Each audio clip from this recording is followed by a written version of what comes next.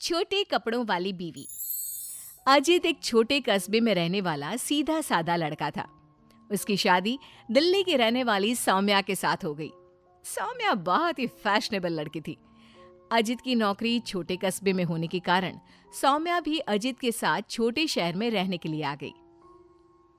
सौम्या, तुम्हारा ड्रेस कुछ ज्यादा छोटा है। इसे पहनकर यहाँ बाहर मत निकलना। अरे, तुम्हें पता नहीं, मैं दिल्ली की मॉडल लड़की हूँ और मैं तो हमेशा ऐसे ही कपड़े पहनती हूँ। तुम्हारी बात सही है सौम्या, लेकिन इस शहर के माहौल के हिसाब से कपड़े कुछ ज्यादा ही छोटे हैं। ओहो, मुझे नहीं पता था कि तुम्हें मेरे कपड़ों से इतनी प्रॉब्लम है। सौम्या, मुझे तुम्हारे कपड़ों से कोई परेशानी नहीं है, लेकिन अगर तुम ऐसे बाहर जाओगी तो लोग तुम्हें अजीब ढंग से देखेंगे। अच्छा ठीक है, अब तुम ऑफिस जाओ, तुम्हारा ऑफिस जाने का वक्त हो गया है।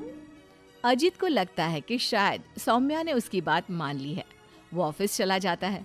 थोड़ी देर बाद सौम्या अपना शॉर्ट ड्रेस पहनकर घर से बाहर सब्जी लेने के लिए जाती है। भैया, आधा किलो टमाटर देना। मैडम जी, कहीं बाहर से आए लगते हो? पहली बार शहर में आई हो का? तुमसे क्या मतलब? और तुम मुझे ऐसे घूर घूर के क्यों देख रहे हो? अरे नहीं नहीं, ऐसी कोई बात नहीं है, बस आपके कपड़ों को देखकर लग नहीं रहा कि आप शहर की रहने वाली हैं। तुम अपने काम से काम रखो, मैं चाहे कुछ भी पहनूं, तुम्हें उससे क्या? सौम्या सब्जी लेकर अपने घर चली जाती है। शाम को अजित घर वापस आता है। सौम्या, कल मम्मी पापा आ रहे हैं। देखो, तुम ना उनके सामने साड़ी पहन कर रहना, वरना मम्मी बुरा मान जाएंगी। अरे यार, तुम भी ना जब देखो तब मेरे कपड़ों को लेकर परेशान रहते हो। अरे बस 2 दिन की तो बात है सौम्या, उसके बाद तो मम्मी पापा वापस घर चले जाएंगे। अच्छा ठीक है ठीक है। अगले दिन अजित ऑफिस चला जाता है और पीछे से सौम्या के सास ससुर घर पर आते हैं। लेकिन अजित के घर पर ना होने की वजह से सौम्या ने साड़ी नहीं पहनी थी और वही छोटे कपड़ों में वो अपनी सास के सामने आ जाती है।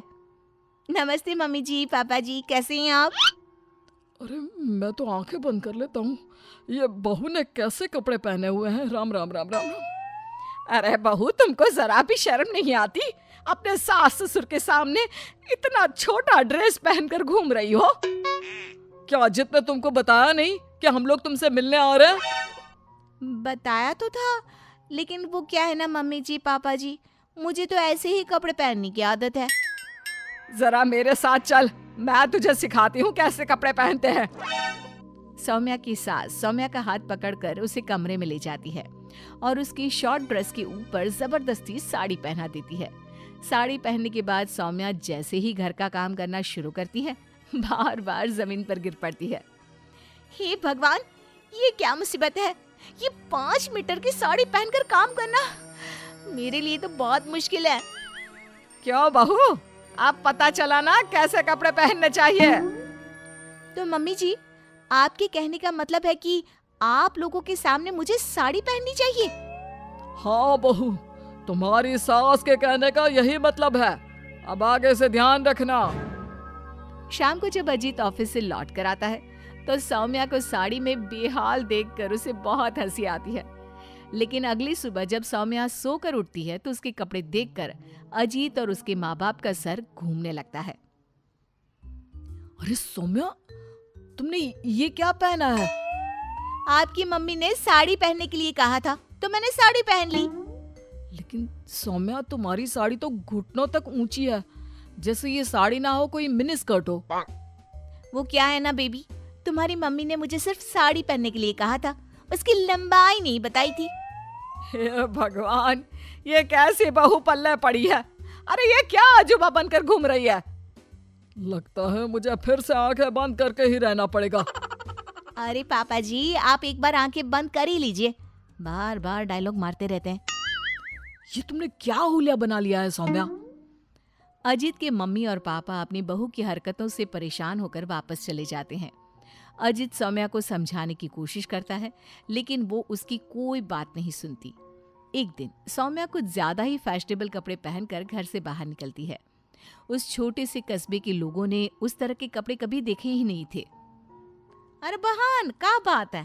तुम्हारे पास पहनने को कपड़े नहीं का? लगता है बहुत गरीब हो। चलो मेरे साथ, मैं तुम्हें अपनी पुरानी साड़ी दे दूंगी। हाँ, पागल हो गई है क्या? ये आजकल का फैशन है, फैशन। सौम्या जैसे ही थोड़ा आगे बढ़ती है, अरे देखो बेचारी कितनी गरीब है, इसके कपड़े भी फटे हुए हैं।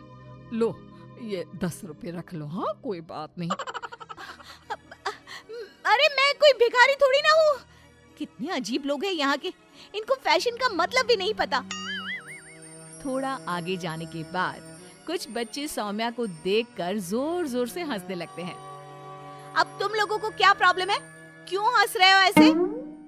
आंटी, आंटी आप बहुरूपिया है ना? हाँ? बहुरूपिया क्या होता है? आंटी वही जो अजीब अजीब कपड़े पहनकर गली गली में घूमता है और लोगों से पैसे मांगता है। तुम्हारा दिमाग खराब हो गया है? मैं कोई बहुरूपिया नहीं हूँ। लेकिन आपकी हालत देखकर तो ऐसा ही लग रहा है। तभी वहां पर एक औरत आती है। अरे बच्चों, ये तो कोई पागल औरत लगती है। देखो इसके कपड़े भी फटे हुए हैं। हे भगवान, मैं सच में पागल हो जाऊंगी। इस शहर के लोग बड़े अजीब हैं। मेरे फैशन को न जाने क्या समझ बैठे हैं। फिर सौम्या अपने घर लौट आती है और जोर जोर से रोने लगती है। सौम्या को इस तरह रोता देखकर अजित को कुछ समझ नहीं आता। अरे क्या हुआ सौम्या, तुम इतना क्यों रो रही हो? किसी ने कुछ कहा क्या? इस शहर के लोग पूरे पागल हैं।